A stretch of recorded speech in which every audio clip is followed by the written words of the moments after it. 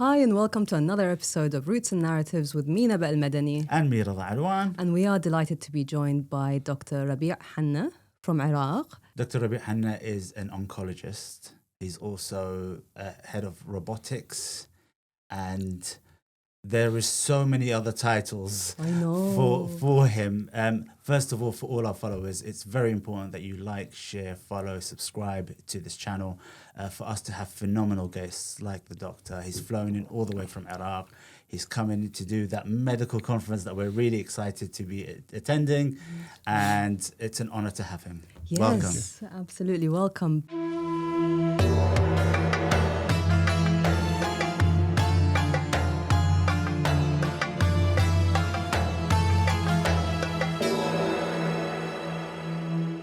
Dr. Rabbie is actually Chaldean Iraqi. So for our viewers, it's somewhere in between our conversation. Would you like to explain that? Yeah. So Chaldeans are basically the majority of the Christians in Iraq are Chaldeans.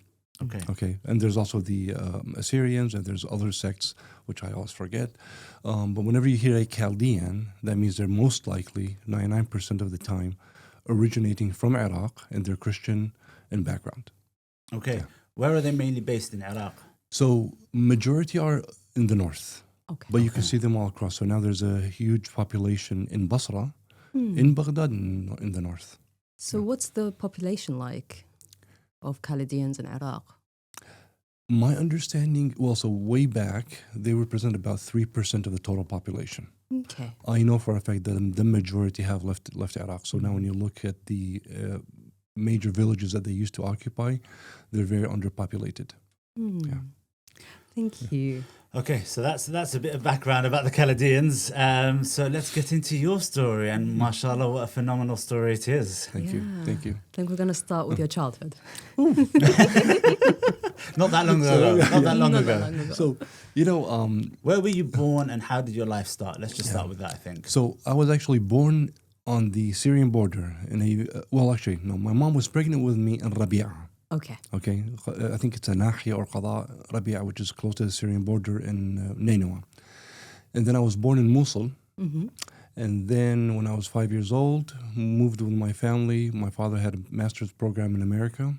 So my first written language was actually English. Yeah. So lived in America from 80 to 84, then went back to Iraq in 1984. Right. So you did your primary school. My first years in 4 years, almost 4 years in the U.S. Was back in Columbia, Missouri, and then went back to Iraq. Lived in the north until 1993. That's when I moved to Al-Kadhimiya, Baghdad, when I got into medical school, which is currently Al Nahrain Medical School, and at that time was Saddam College of Medicine. Yeah. Okay. It was a special entity. Wow. Hmm. Question for you: how was the transition moving back? Well, there's a cultural shock. Of course. Okay. And there's a lot of causes behind that, and because of what the entire Iraq has gone through from the late 70s until now. So there's a lot of things that are completely different for me that I never thought that I would face, and there are other challenges that I know that I could face. You just need to modify how to approach them, to reframe them, inshallah, to make the change that you want to make. And working with great people in this project that we're working on, it requires a lot of work, patience, and faith in God. Because without that faith, trust me, it's not an easy task. Yeah. And so what were you like as a child? I'm not going to say rebel, but I used to argue a lot and discuss a lot of things. I recall when I was in America, I was advanced in mathematics. So I skipped a class. And then when I went back to Iraq, there was not that thing didn't exist, but I had a lot of mental math. And I remember my uncles would be proud of me and just, kind of brag, give him, 2 digits by 2 digits and he can solve it for you. And I'm, this kid, 9 years old. I love to read and just explore anything unknown. I always would ask, the why and the how to know the reasons behind things. I was not that typical person who would just say yes.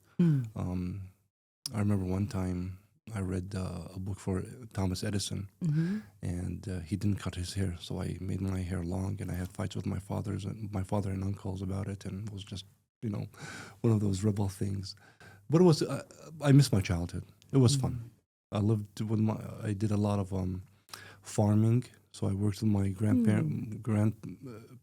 my grandfather and my uncles in farming whenever I had any vacation out of school. So it was a lot of fun. What type of farming, if you don't mind asking? Wheat and barley. Okay. Yeah. So harvesting and everything. And then we also did melons. يسموها they call بطيخ. بطيخ. In Iraqi بطيخ, which is the melons, the yellow melons, sweet melons. Yeah. So we had a lot of fun when I was a child. Yeah, I miss those days. Yeah. They taught me a lot. Working in farming was something you work with the major essence of life. The dirt. Yeah. And it teaches you patience, doesn't it? Patience, everything. Yeah. It should teach you patience, care of the soil, care of the land. Watering, the information, the times of watering is critical as well. We relied on rain. Okay. So in years Iraq, that rain? in the north. Okay. Yeah. In the south, they rely on irrigation. Yeah. So it was fun. There were years that we didn't have rain, so it was not a good product, but it was a lot of challenges that we faced and worked a lot. And so when did this love for medicine come in? So, frankly, I remember, and I still remember the date when my uncle, who's older than me by 8 years, Abdullah, he was the second person getting an education in the family. My father was the first. So he was becoming a veterinarian.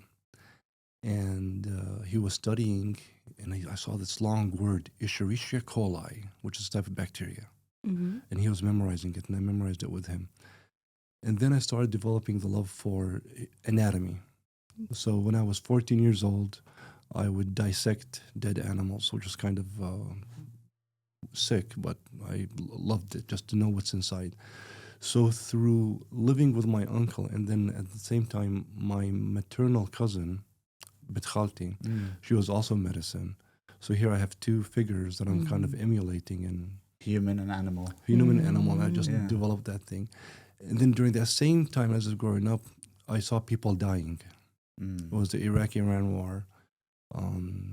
Being involved in that trauma and loss and everything, and how the spirit parts the body, and you look at this, piece of flesh that doesn't function anymore. And you just start developing that love for God's creation. How can you be closer to God by helping people? So that's when I started developing that love for medicine. Wow. Amazing. And then you had a very fond love of religion as well. Yes. When I was 11 years old, I would attend end-of-week Christian classes with my uncle. And I would sit down with them. Here I am, this kid, 11 years old, and everybody's in college grade. And they're talking about religion with the priest and asking questions and some arguments, good or bad. And I'm just like a sponge, Absorbing. This makes sense, it doesn't make sense. This makes sense, it doesn't make sense. So I started that love, growing up, asking questions. Some questions were forbidden till this day.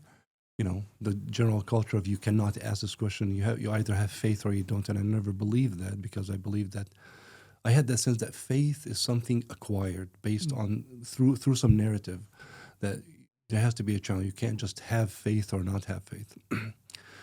And I remember the discussion with my uncle Abdullah one night.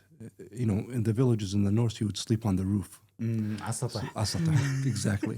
So here we are, beautiful night sky, all stars, and I'm like, there must be something behind all this. There must be a reason. So, discussion here, discussion there. And of course, I was living also in a Muslim-populated area, attended Muslim-populated school. Okay. So then you see your friends, where they're from, what they're talking about, and you just develop all those questions. Why this, why that? Why the love here? Why the hate here?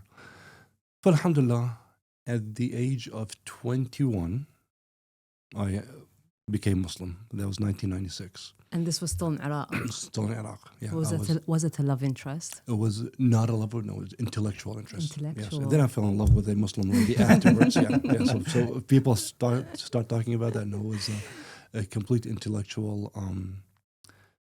endeavor.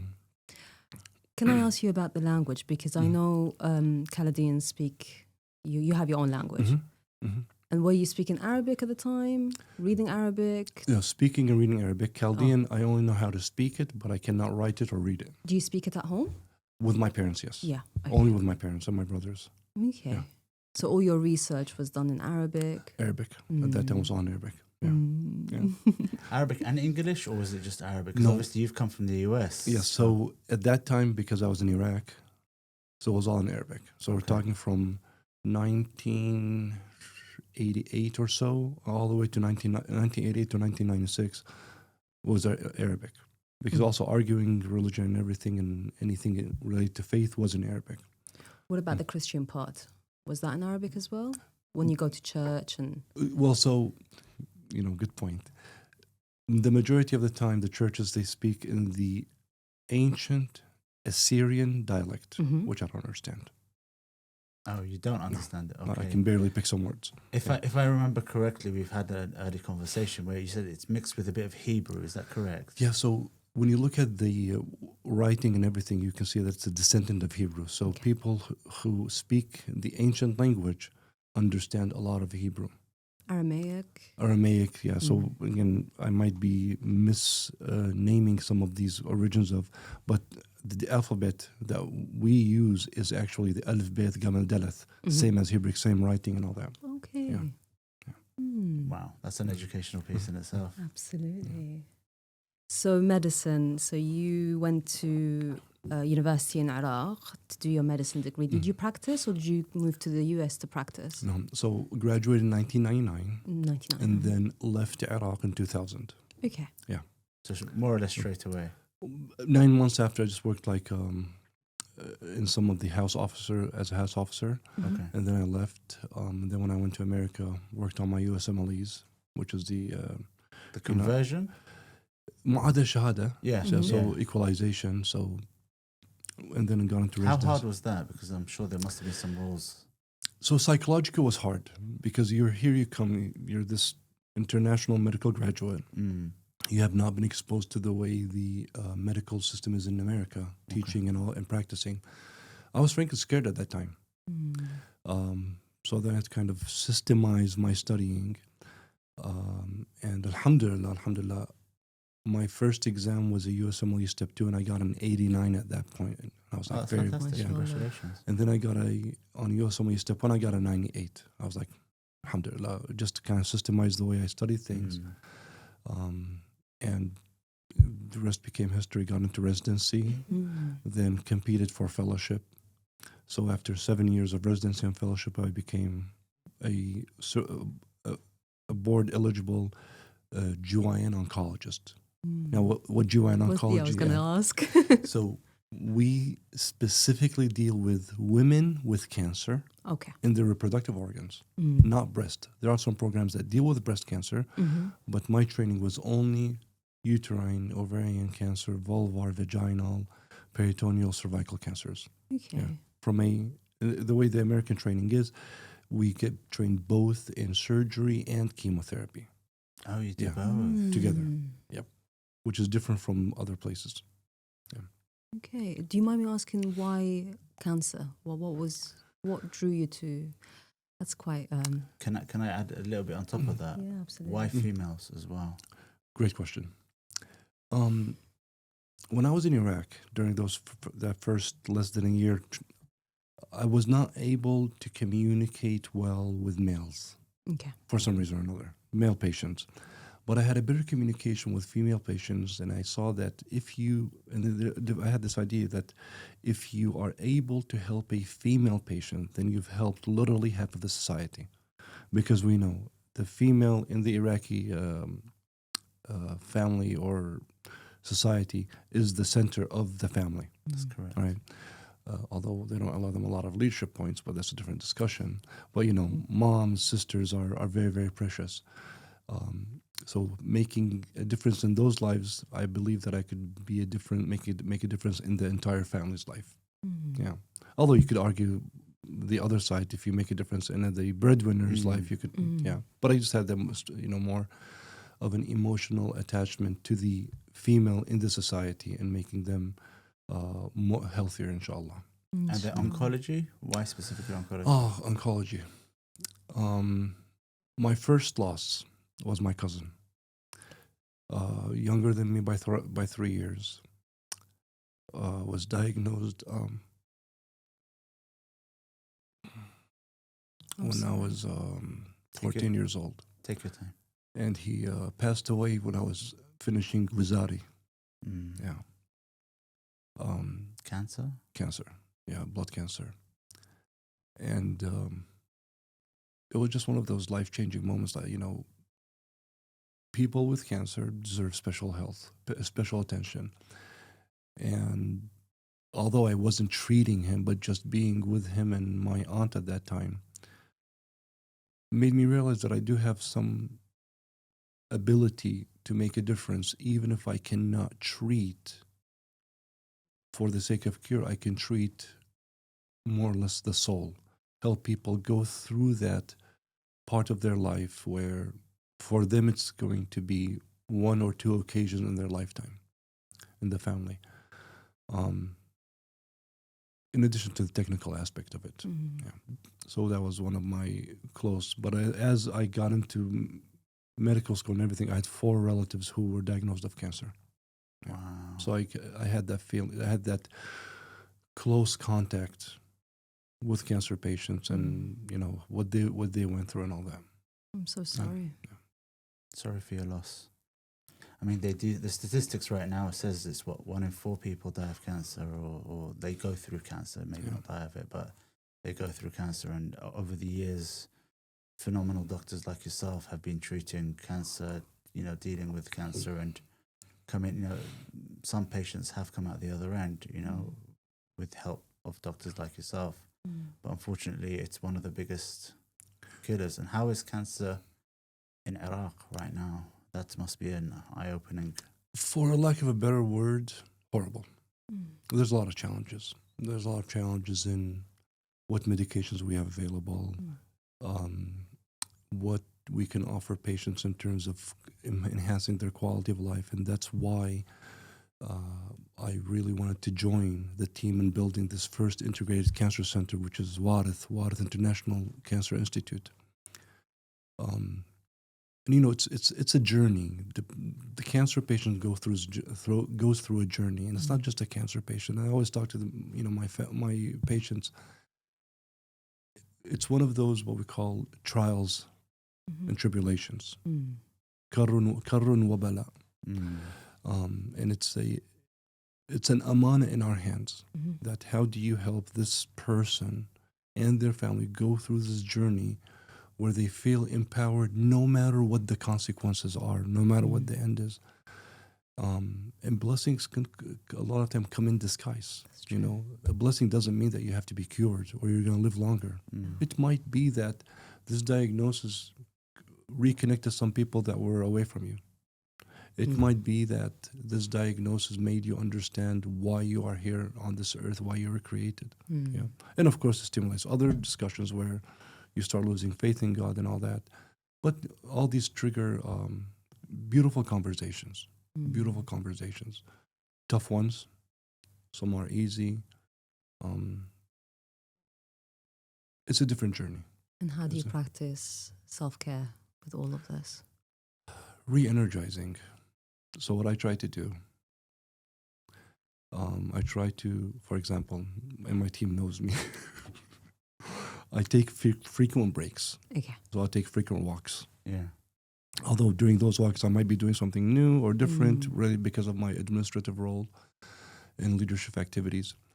But I try to change my environment. That's one way. And I try to organize my prayer times to be on time so I can, do something on time, connect me, make me closer to God. So that always reminds me that what I'm doing is for Allah subhanahu wa ta'ala, yani wajh Allah subhanahu wa ta'ala. And then during the events when I'm with patients, Mm. I always go back and try to figure out why they are where they are in terms of the journey. Mhm. You know, there's a lot of questions. Why me? Of course. How do I relate to this? What should I do? Mm. So give them tips and hints, and staying in connection with them. All of them have my cell number, so they text a lot. So now after this, I'm gonna have like 200 texts waiting for me, which is sometimes unrealistic. The expectations are not realistic, but a lot of times they're appropriate requests. But the whole thing is, the energizing helps me. So yes, I work a lot, but a lot of my work, I'm trying to develop some programs to help those with me and help myself. So even if I'm working on something, Mhm. it's kind of replenishing something inside me. So meaning that if we look from a neuroplasticity standpoint, I don't have that limbic amygdala hijack. Mm. All right, I acknowledge it Mhm. when I'm tired. Then I start developing my prefrontal cortex and those neural pathways so I can stay on something. Wow. It just reminds me of the conversation we had with one of our podcastees, Amadeus. Mhm. So Amadeus who joined us on the podcast. He went through lymphoma. It wasn't lymphoma. I can't remember exactly what it was. It was a rare, very Yeah. rare type of cancer that he had. Yeah. Yeah, and then he went through the journey, and then because of his cancer, he went and changed his whole life. It So motivated him, didn't it? It really motivated him because it just gave him time to think and reflect. And then he found his true love, which was in script writing. Nice. So rather than studying what he was studying at university, psychology at university, he left all of that and he just went and followed his passion because he figured out life is short. Yeah. And it gave him a brighter light for him to encourage him to continue with doing whatever he wanted to do. And he's done great, mashallah. Mashallah. Yeah, he's Mashallah. really enjoying it and he's really done great. Yeah. So obviously it's a very difficult taboo subject as well, isn't it? Yes, and that's one of the things that back in America, most patients know they had cancer. Really? Yeah, back in America, they weren't afraid of the diagnosis. And I can tell you, even those who didn't believe in God dealt with it very nicely. And those who believed in God also, accepted it. But in our culture in Iraq, it's very, very taboo. Like you can't discuss it with the patient unless, you have somebody who's able to have that discussion. Yeah. So we kind of walk on eggshells sometimes in dealing with the issues, which in itself puts us in a lot of challenges, psychological challenges. But with time, as they gain, as the family gains that trust with you or in you, they, in some occasions, not the norm, the patient knows. Yeah. Okay. Yeah. It's an educational piece. There's a lot of learned psychology that happens within our community of how to respond to certain situations, because people talk a lot amongst like on social media during their Yeah. or just had a chai. So and unfortunately a lot of people don't know how to process the information. Like for example, oh, دكتور بنت خالتي أخذت هذا chemotherapy and she didn't do well. But they don't understand that each chemotherapy is different, cancer stages are different cancers of the same organ are different, so you go through all that education. And a lot of times those people who understand do very well. Do very well. Do you believe that, I mean, you can give me your honest opinion. Most people that get cancer is due to something that happened in their life or past traumas or some neurological aspect. So let me clarify a question. Could stress lead to cancer? Beyond stress. Beyond stress. But the end result is stress that could be the trigger point. There is evidence for that. Yeah, there is evidence for that. Because again, stress could have a direct or indirect way of dealing with cancer. And so the Iraqi community has suffered We immense. have a lot of direct and indirect trauma. Yeah. A lot. That's why we have a lot of diabetes, a lot of blood pressure, a lot of these illnesses, because we've had, 50 years of traumas, It's- emotional traumas, intergenerational traumas, and it's about how people are dealing with it. And, مستشفى وارث, the hospital of Warith, is a humongous leap in Iraq's educational as well as local things, because from what I've seen of the hospital, they have state-of-the-art technologies, robotic technologies and scanners, where people from outside of Iraq are coming into Iraq to get scanned. Yes. And then, all areas from, Slemani, Erbil, All they're across. they're all coming to Warith, they're all going to Karbala to go to the hospital. No, alhamdulillah. Now, just to be honest, the robot hasn't arrived yet. Oh, has it not? Okay, Yeah. you're working towards that. Just started yesterday. That was money is going to for them to send it. But the whole idea is that But you have got the state-of-the-art technologies. yes, and we the have a scanners. lot. Yes, Yeah. we are doing stuff in Warith that some people might say, "Oh, you guys are not the first people who done this." Okay, we don't care about being the first. What we really care about is being the people who do high quality, aspiring to high quality treatments that make a difference. I don't care about somebody doing the first thing. That's not our motto. Yeah. Our motto is providing high quality care in a continuous, sustainable fashion. That's what we want to do. So that's why you see us sometimes fighting with each other in our leadership meetings, so we can make sure that people don't drop off and have their care somewhere else because of something that led them, a defect in our system that led them to happen. Now, somebody might say, "Well, so you guys are not perfect." No, we are not perfect. We are young. We are 4 years old so far, minus 3 months, 2 months. We are growing. So we want to be a learning organization. We analyze our mistakes. We look at what can we do. So I always put the statement, in a world of unlimited resources, what can we do? What do we need to do? And then we start ticking off what do we have, what we don't have, and the why, and then try to make things work. It's not an easy task because you have the cultural aspect of it. Because here I am, this guy is American, he thinks a lot and all that stuff. We don't have that time. No. So there's all these, struggles which are fun. You learn a lot. You learn a lot about yourself. Here you come like, "Oh God, I'm American. I know all this stuff." No. Shut up. No. You don't know nothing. You don't know. There's lots of you don't know. Yeah. You could claim stuff, but claiming is one thing, but applying it is completely different. So that's where the challenges come in. That's where the beauty of looking at what God put you in. إِنَّا خَلَقْنَاكُمْ شُعُوبًا وَقَبَائِلَ لِتَعَارَفُوا. What does that mean? That means listen, you think you know everything? I'm going to throw you somewhere. Figure it out. Okay, what are you going to do? Are you going to improve yourself or not? Are you going to look for people to succeed, or do you want to succeed? All those internal struggles that happen. So there's a lot of that happening, but it's beautiful. It's a beautiful, I'm going to say journey, a beautiful journey that we're going through. We work a lot. We are workaholics. Sometimes we meet at 1:00 at night. Do you? Oh yes. Yeah, sometimes. Yeah, Sometimes. Yeah.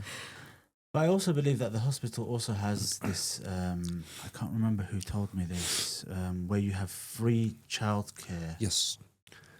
So why do we take pride in what we do? All kids under the age of 15 are treated completely free. We spend about $750,000 a month. And when we say free, everything is free. Wow. Chemotherapy, radiation, surgery, follow-ups, all are free. That's our continuous program. We do have other programs that are free in a sense. For example, we have contracted with the Ministry of Health for radiation.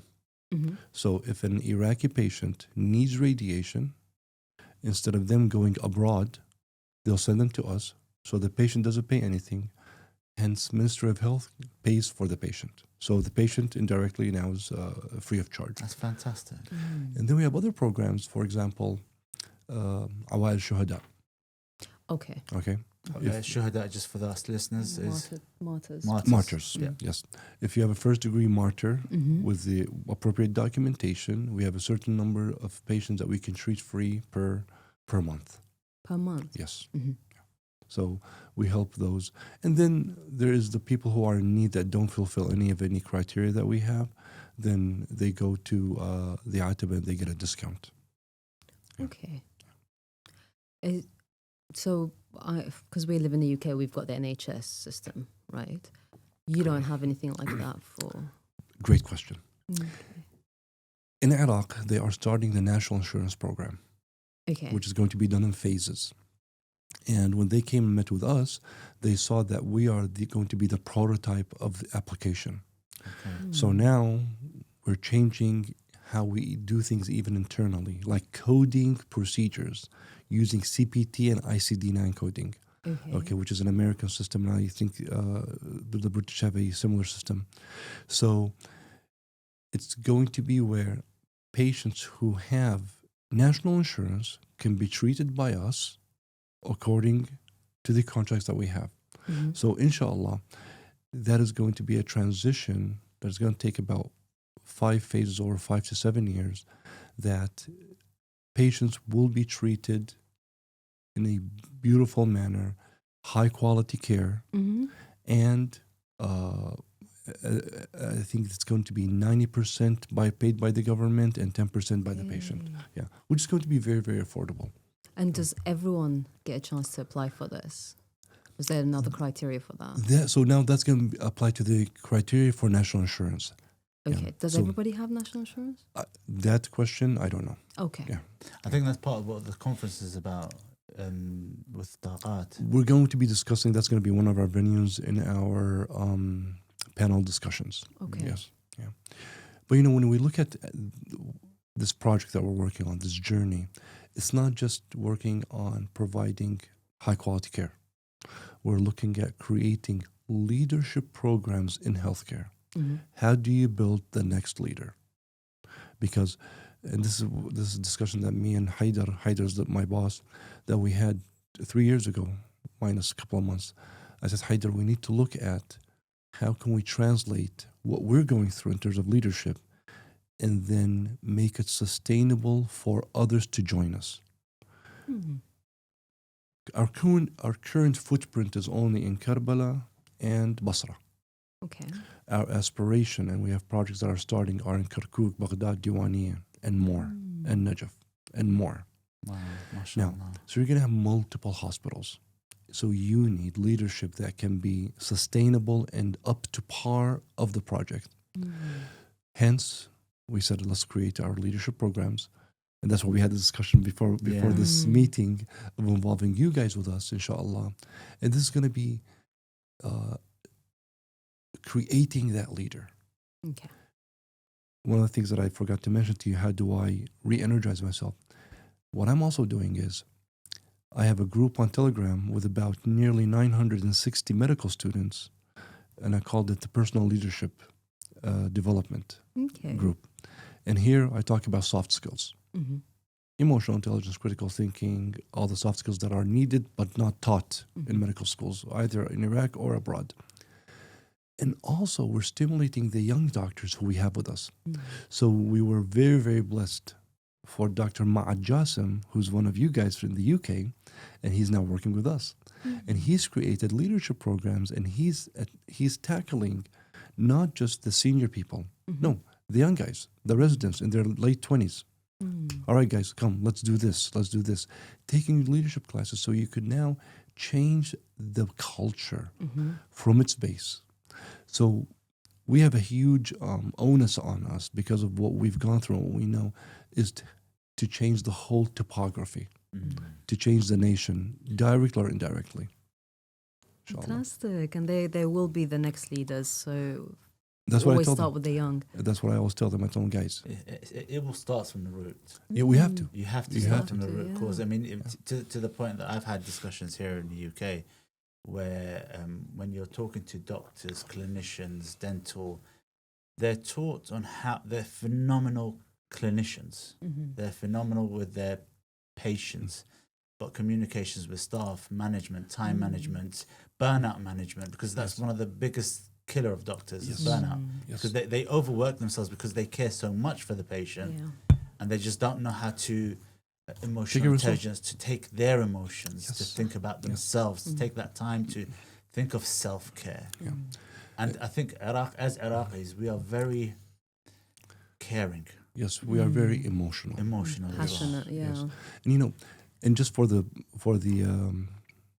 people who hear this podcast and watch it, these problems are not just in Iraq. No. So all of this teaching soft skills, teaching leadership skills, this is present. The lack of these is also present across America, and that's why we have a lot of problems. By the way, it's across the UK as well. Yeah. So I hope that people, when they hear this, it's not that we're kind of belittling what's happening in Iraq. No. This is just nature, the nature of humans, and especially doctors, and especially those who are dealing in the medical fields, doctors, nurses, whoever they are, psychologists, anybody. It's because the norm has been, we're going to teach you medicine. Correct. We're not going to teach you how to deal with patients. We're not going to teach you communication skills. Until now, a lot of people say these skills are something that you have or you don't have. You are God either gave them to you or you didn't. No, they're actually learnable. Yeah, 100%. So, and people who invest their time and money in it, they become not just amazing doctors or nurses or healthcare professionals. They actually become great husbands, wives, parents, brothers and sisters, because leaders in the communities. They make a huge difference. Absolutely. 100%. I mean, I've had discussions with universities here in the UK, right? And you know what they turn around and said? They're like, we don't care about these things because we want them just to go through the grind. They want to just churn out patients as quickly as possible. They want the end result. They just want them to go through the system as quickly as possible. And they don't want them to think of how can I better myself? How can I expand? How can I do bigger things? Because what that will happen is that 90% of them that do this will end up creating their own clinics, working for themselves, and they don't want to be part of the system. Yes. And what better showed us that we were not on the right track was COVID. COVID told us that whatever you know doesn't matter. It's how you deal with things matters. It's how you deal with things matter. Yeah. Did that affect your work? So you were in Iraq during COVID? I was in America. In America. Okay. Yeah, so just being the workaholic that I am, I wasn't doing surgeries, but I was taking COVID calls, and I was even doing phone calls to patients for end of life with COVID, because we reached a critical point where we had to take people off ventilators, so then talk to families and all that stuff. So that was one of my things that I take pride in doing during that period. Yeah. That must have been a difficult time in America. America got hit really hard. Very hard, yeah. They weren't ready. We were not ready. I don't think anyone was ready. Yeah. But, well, we pride in saying that we're the best, but we were not ready. Wow. So, let's talk about something completely different. Go for it. Tell us more about your passions about Iraq and why you decided to move to Iraq. Yeah. I reached a point in my life where, what am I doing?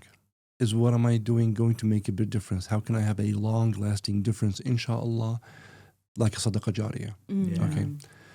Yes, taking care of my patients in America was beautiful. I love them. Till this date, I have a lot who still text me. I have a patient who has stage 4 endometrial cancer, and she's like, "Hey doc, I'm 10 years out, free of cancer." I'm like, "There you go, girl." I call her my black queen. Yeah, I hope she listens to this, and I'll send her the link. Yeah, I call her my black queen. She's like 76 years old, and when she had cancer, I told her, "Listen, don't worry about the chemotherapy. Between each chemotherapy session, she would be in a different state, sending me pictures of her activities." Yeah, travels. She had a beautiful personality. Oh my God. So I said, okay, what can I do? So then when I came back to Iraq, I got introduced to Warith about 14, 15 days in my trip. Was it the intention to go to Warith? No. Or to go to... The intention was go somewhere else and build and work with that entity. But then they said, "Hey, Rabia, there's this Warith." They sent me videos. I'm like, "No, this doesn't exist. I don't believe this." In what sense it doesn't exist? As in it was just beautiful. Everything was organized. Okay. Yeah. It's just a beautiful building, everything organized. I said, okay, you know what, guys, let's go. Met with Haider through Ala Al-Ghanimi, who was, Ala Al-Ghanimi was the CEO at that time. Then Haider was the CEO. Met with Haider. I'm like, wow, this is really nice. So he said, Haider said, Rabi, spend 4 weeks with us, and then you make up your mind. I said, 4 weeks working? 4 weeks working, yeah. Okay. I said, sorry, I'm just because for my mental state, I process things. Did you have to do any mu'adalat? Because obviously you've got, but you qualified in Iraq. Yeah. Well, so I'm a graduate of Iraq, but I'm still not done with that yet because I have to go through the paperwork. Okay. I'm just a little bit lazy on that front. So I said, okay, let me give it a thought. Went, talked to my wife, and I said, okay, Haider, I'm coming. I spent half of Ramadan that year and then 4 weeks after that. And I said, Haider, sign me up. Yeah. Again, a lot of cultural challenges, but I said, nothing's going to be easy in life. Nothing really in life is easy. So how can I be a good participant, an active builder despite everything? So, we had a love relationship. Yeah, Haider, just on, because my anniversary is 16th of April each year. So he sent me a letter, a Facebook message or a Facebook post that we posted way back. He said, 3 years now. I said, sir, with you till death. Till death do us part. Yeah, my mom says, Ibni, شو وقت ترجع? I said, Habibi, mama, I already have a place to be buried in مقبرة النجف النموذجية. So don't worry, mom, I'm dying here. Alhamdulillah. Mum's in the US. All my family's in the US. All the families in the US. Can I ask a question? I know this is maybe touching upon a taboo in Iraqi. The transition between Chaldean to become a Muslim. So from Christianity to Muslim, that's, it's a huge taboo. Were you the first? In my family, yes. Yeah, in the family. Yeah.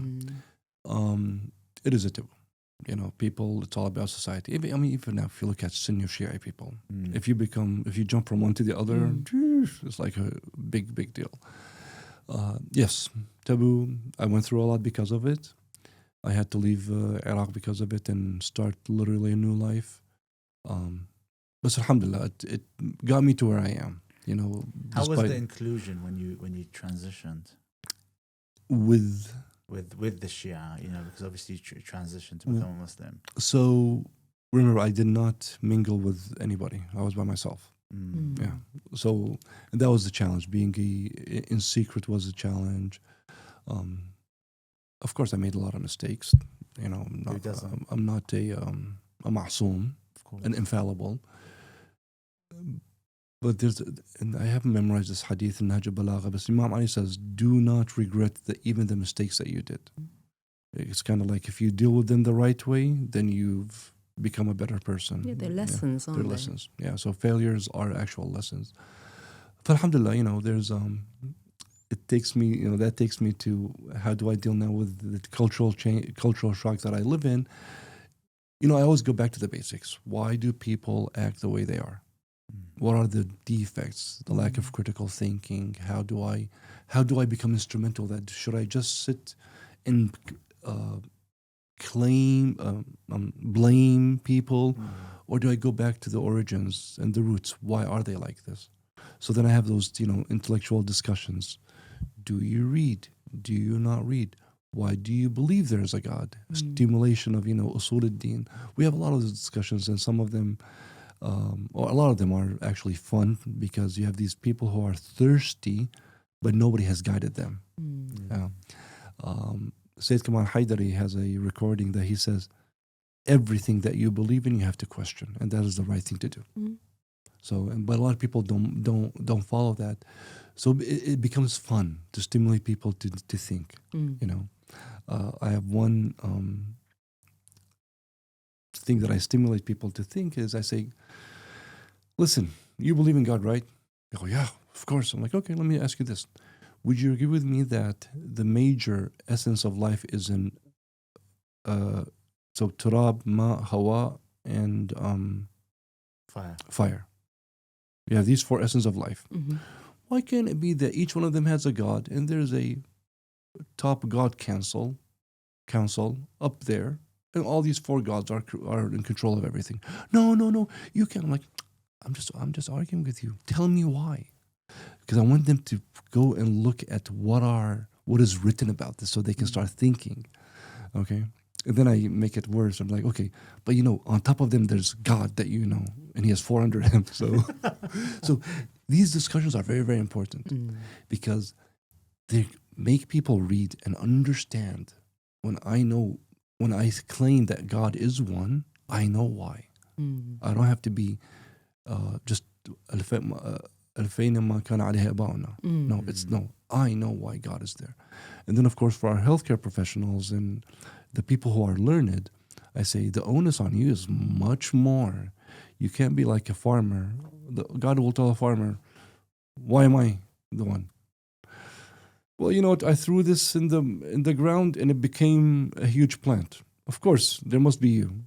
Whereas us, no. We know much more deeper stuff. So we have to have that discussion that we have with ourselves to know that God is one. But Christianity and Islam, how different would you say they are? Ooh, that's going to get me killed someday. Oh, God. Delete that then.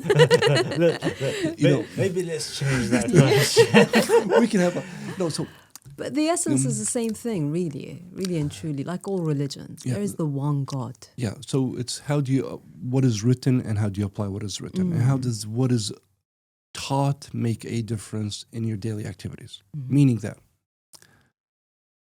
any discussion that we have about religion, be it Muslim, Christian, Jewish, Sunni, Shi'i, whatever, has to be academic. Once you put in emotions, you're done. You're lost. Number one. Number two, what do I care about people? Do I care about you that you're Shi'i, or do I care about you that you are a nice person? Just as an individual. An individual, right? So that's a claim that we both agree on. Is it subjective or is it objective? Actually, it's objective because we have a hadith. What did he say? Ad-deenu mu'amala. He didn't say ad-deenu salat wa sawm. So people who respect other people in their daily activities, no matter what they are, they have to be respected.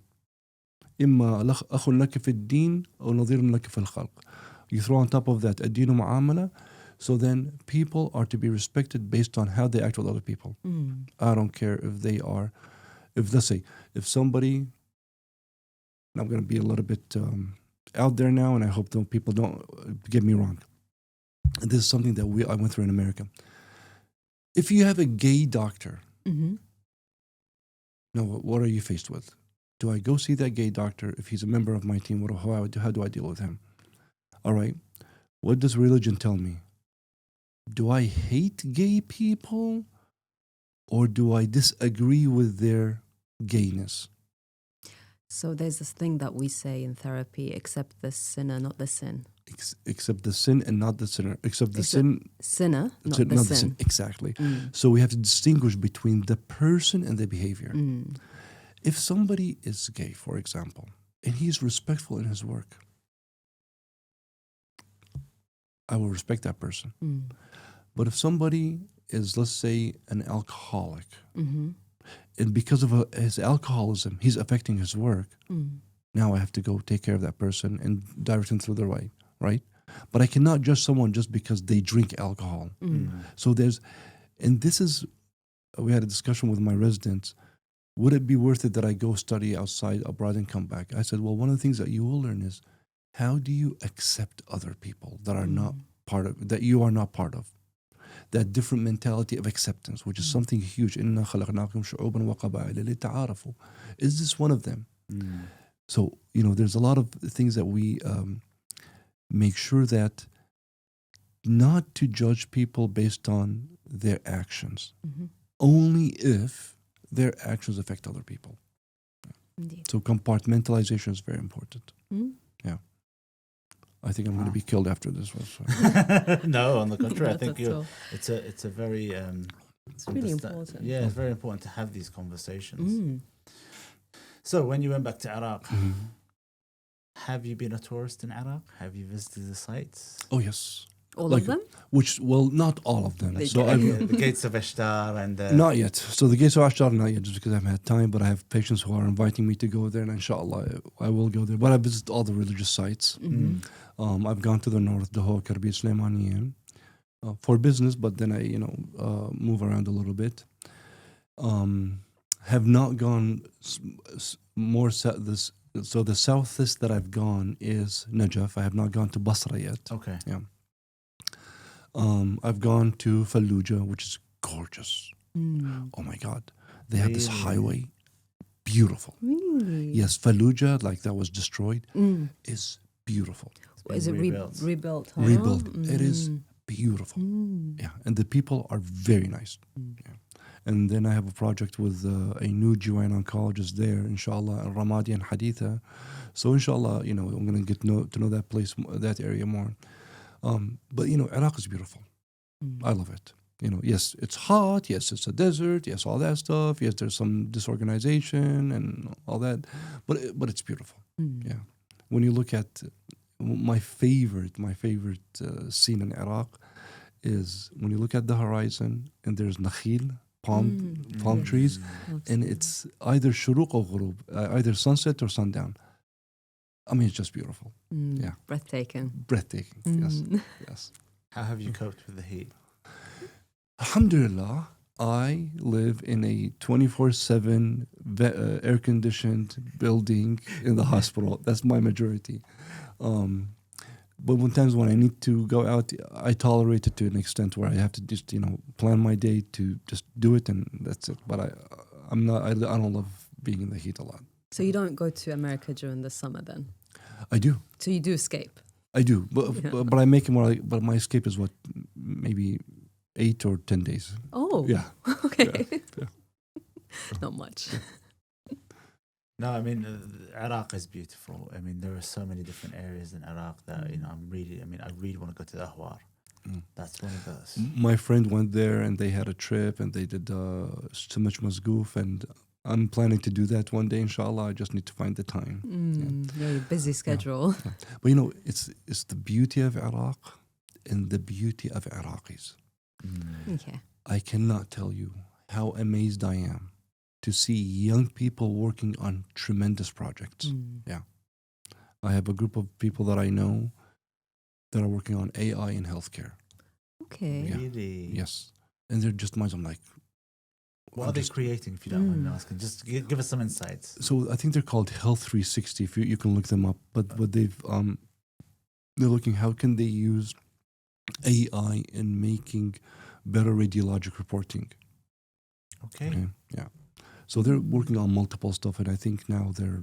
So this is international level Yes. AI working. Yes, they're amazing. Yeah, amazing. I have worked with Iraqi surgeons. I mean, just amazing skills.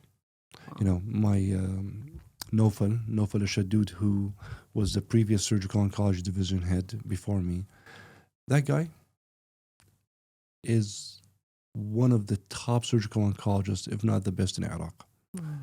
You go with him in the OR, you see what he does, beautiful. Okay? And the beauty about it too is he does not just to keep this knowledge to himself.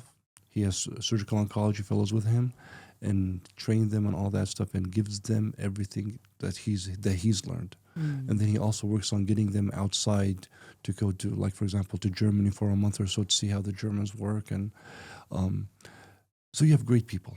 Amazing. Great people who are innate leaders trying to make a difference. And it's the journey, you get to meet all these people. That's and Beautiful, absolutely. I call him, in one of the texts I called him حبيبي الذي التقيت به. What I meant by it was my love who I met late in my life. So a bit of a poet, aren't you? Well done. There are other people, there's, Haider Hamza, my boss, a visionary thinker. Sometimes he says, I'm like, wow. And he's from Iraq, never left Iraq. He got his radiation oncology degree from Egypt. Okay. Yeah. Because he's been in multiple countries, for development and all that. Amazing. So I'm giving the talk for him tomorrow because he couldn't attend. I'm like, shit, what am I going to do now? How can I be like him or better than him? So I'm hopefully I'll step in his shoes.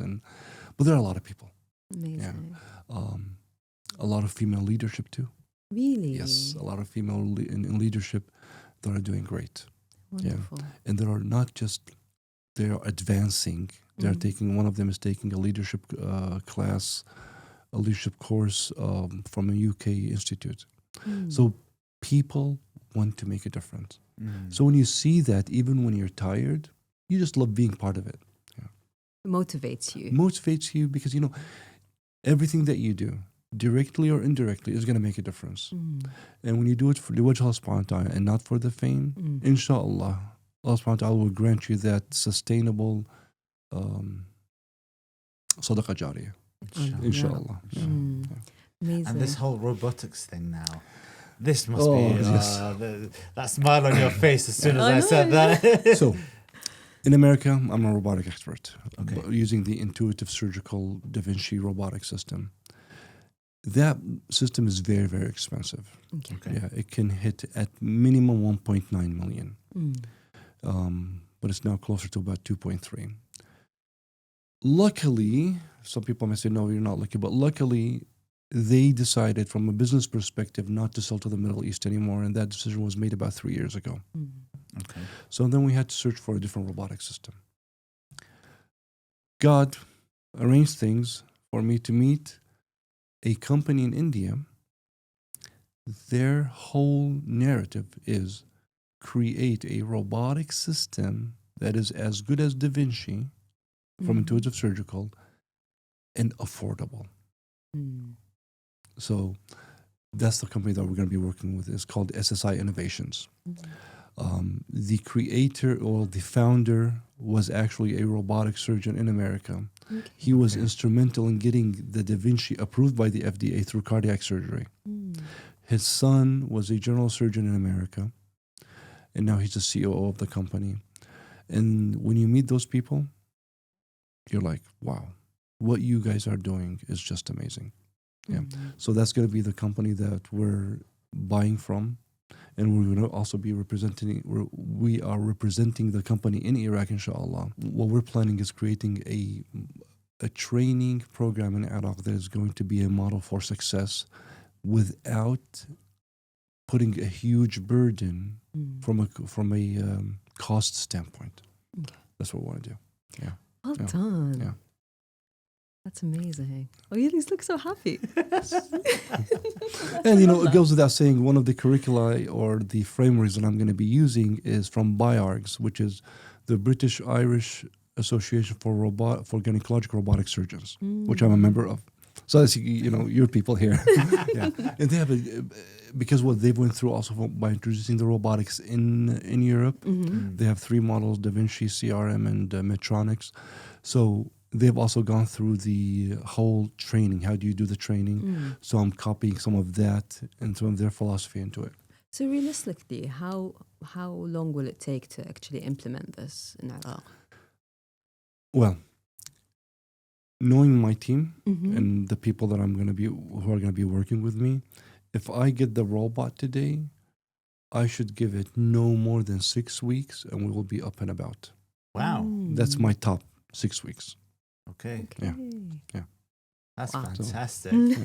But then it does show you how innovative Iraqis are and how they want to bring in new technologies. They want to become the best in the world at everything that they do.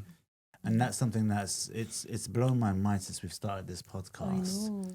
It really has, how Iraqis are so forward thinking. I mean, you've mentioned a couple of people, but it's just, it shows that we really want to become the best at everything that we do. Trust me, I see no reason why we cannot be up there. And it's not being up there for the sake of bragging, no. No. When we're up there, we are serving our nation. Yeah. We are changing the nation, inshallah. Taking control of the narrative. Yes, exactly. And we have all the innate capabilities for it. All we need to do is just stimulate some thought processes, organize some frameworks, and people can run with it. Yeah. Can run with it. Yeah. And I think that's something that we've learned from us being outside, is that we've learned how to document, how to reproduce, and how to teach. You know, that's something that's that I think that is forward thinking. Exactly. Mm. Exactly. It's not just saying, do the documentation. No. It's, I'm going to give you the tools. I'm going to show it to you. And I'm going to prove to you how easy it is. And here you are. You can just create whatever you want easily. Yes, at the first you might say, you know, because change is always difficult, course. right? And we all hate change. But with that, in enhancing the neuroplasticity Mm-hmm. framework, we can, I promise you, we will see Iraq jump through a lot of levels in a very, very short time. They already have. Yeah. I mean, look at how Iraq is being built right now. I know. It's Mashallah, yeah. it's the buildings, the construction, the medical, every aspect of Iraq is jumping 5 years at a time. It's leaping. You know, but the naysayers, the negative thinkers, Of course. all are always going to be on social media. Oh, look, they did this and they did this. Guys, positive reframing. Mm? That's going to be the most important thing. How do we reframe everything in a positive way? We see a huge change. Everything is moving beautifully. Sometimes fast, sometimes slow, But it's still but moving. it's moving. Mm. Yeah. Yeah, 100%. Can I ask you, has any of your family gone back to Iraq since they've left? So my brother, Badia, Uh-huh. he's actually now in the north. We were Okay. talking yesterday.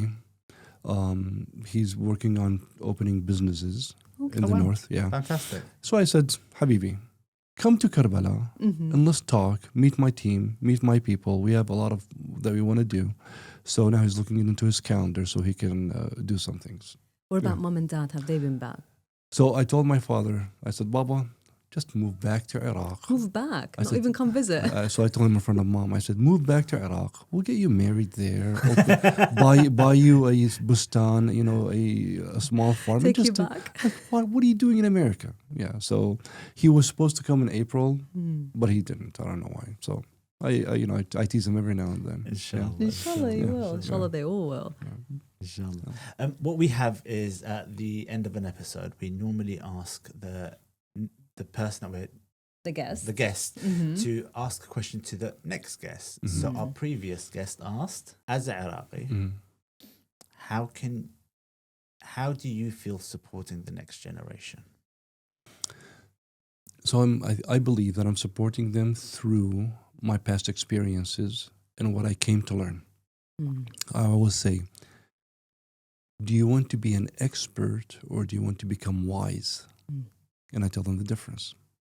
So I said, I can give you, what I want to do is give you everything that I learned. Mm. So you don't have to go through the mistakes and you can progress faster. You know, my wife, we always talk about how can we serve Mm. with the knowledge that we have. Mm. And part of it is encouraging. So my resident, Asdah, I always tell her, you have inside you a huge potential for making a difference because of the way you think. And there must be more like you. So what now it becomes an onus on us, not an option, but it's that we have to stimulate people to get those potentials out by talking to them about what we've gone through and then helping them become better in what they do and also leading their lives and leadership and all that stuff. Amazing. And so what would you ask our next guest? Guys, I wasn't prepared for this. What are we doing? It's funny, everyone says the same thing. All our guests say the same thing. Just whilst you're thinking, let's never have a conversation on this. Obviously, Iraq has gone through a lot of medical changes Mm. and it's forever expanding. Mhm. And there are a lot of international medical doctors who are coming in that they feel that they want to serve. Mm. From a counselling point of view, what is that hunger to help? Oh, That's a very deep question. that's very. I wasn't prepared for that. Yeah, Now you're throwing it to me. yeah, I'm throwing this one to you. Yeah, Okay, it's we can throw it out to fine. Dr. as well. But There is a passion. There's always a passion, especially because I work with trauma, and that's my passion, intergeneration trauma, second generation trauma. So there's always that hunger to go out there and work and help people, and I think give people the knowledge what is therapy And it's not going to a shrink where you're going to be classified as crazy or medicated. We don't do medication. So yeah, there's always that hunger in me. It's been there for a while now. And I think there's room for therapy out there. There's a tremendous room. When I was in America and when I started teaching emotional intelligence, I always would say, now that you're young, find a psychologist and meet with them on a regular basis just so they know how you are in your normal state. Yeah. And once the S hits the fan, they know how to take care of you. Yeah, I mean, it's a journey as well. Therapy is a journey. It's not something that you can do a couple of sessions and you be off, off you go. It's something that you need to do for long term, and it's for you. It's your growth. It's becoming self-aware. So it's really important, I think, for Iraqis to become self-aware. Yes. Because they can improve on their... Yes, we've gone through a lot. I remember when I was 14 years old, I buried, after one battle, in 1986, if I'm not mistaken, I was, 11. 7 of the people, of the 13 that were brought dead from the battle, 7 of them I've played soccer with. Wow. And I still remember that. Being a part of their burial. That was 1986. How many years is that now? 30? 40, almost 39 years. 39, yeah. 39 years. So where does this pain go? Where does that pain go? Yeah, it's you need to process it. Yeah. And we've processed it. We've gone through a lot, but the pain is still there. Absolutely. And that pain itself should be a positive thing for us to make a difference. So my question to the next guest is, in a world of unlimited resources, what would be the framework that you set the mind of the young Iraqis to become leaders for the future? Oh, that's beautiful. Oh, that's a question. That's deep. That's a deep question. That's something that I don't know how they're going to answer that within seconds. That's well done to you. I don't know how. Yeah. You had time to think about this question. We gave you time. I was cheating. Can I ask a question? Yes. Have you ever thought of writing a book? I've actually started. Is it a biography or a biography? Okay, lovely. But it's really painful. I'll tell you that. I'll read it. No, it's really painful. So I don't know. Is it painful to write, to recall all your memories? Everything. Yeah. Everything. It's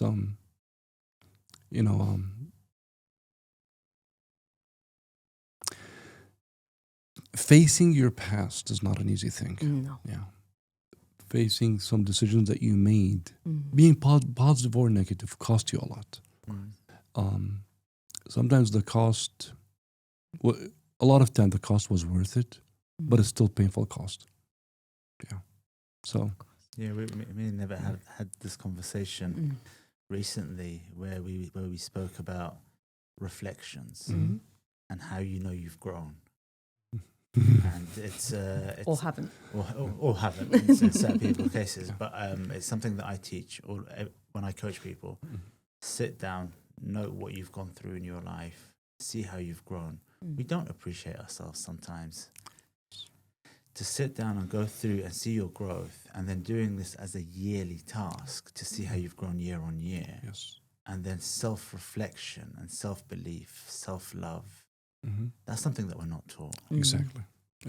And it's something that I really believe, from the bottom of my heart, that it has to be taught in every curriculum. Self-love, self-belief, and reflection. Because the minute that you're able to do that, the emotional intelligence behind that is you grow as a human being.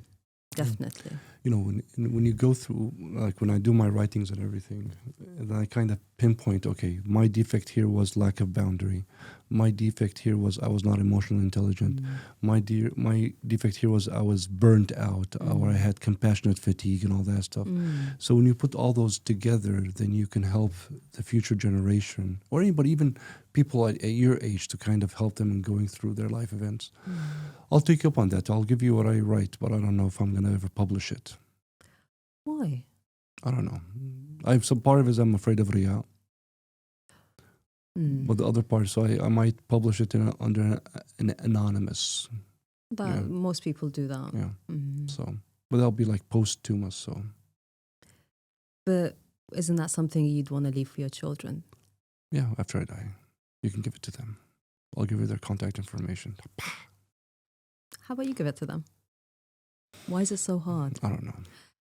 Isn't it, we're talking about teaching the younger generation, right? Yeah. But isn't it important that your children know what you've been through and To see you as a human being and not just dad? Yeah, they know a lot about me, my girls. Okay. Yeah, we have a lot of discussions.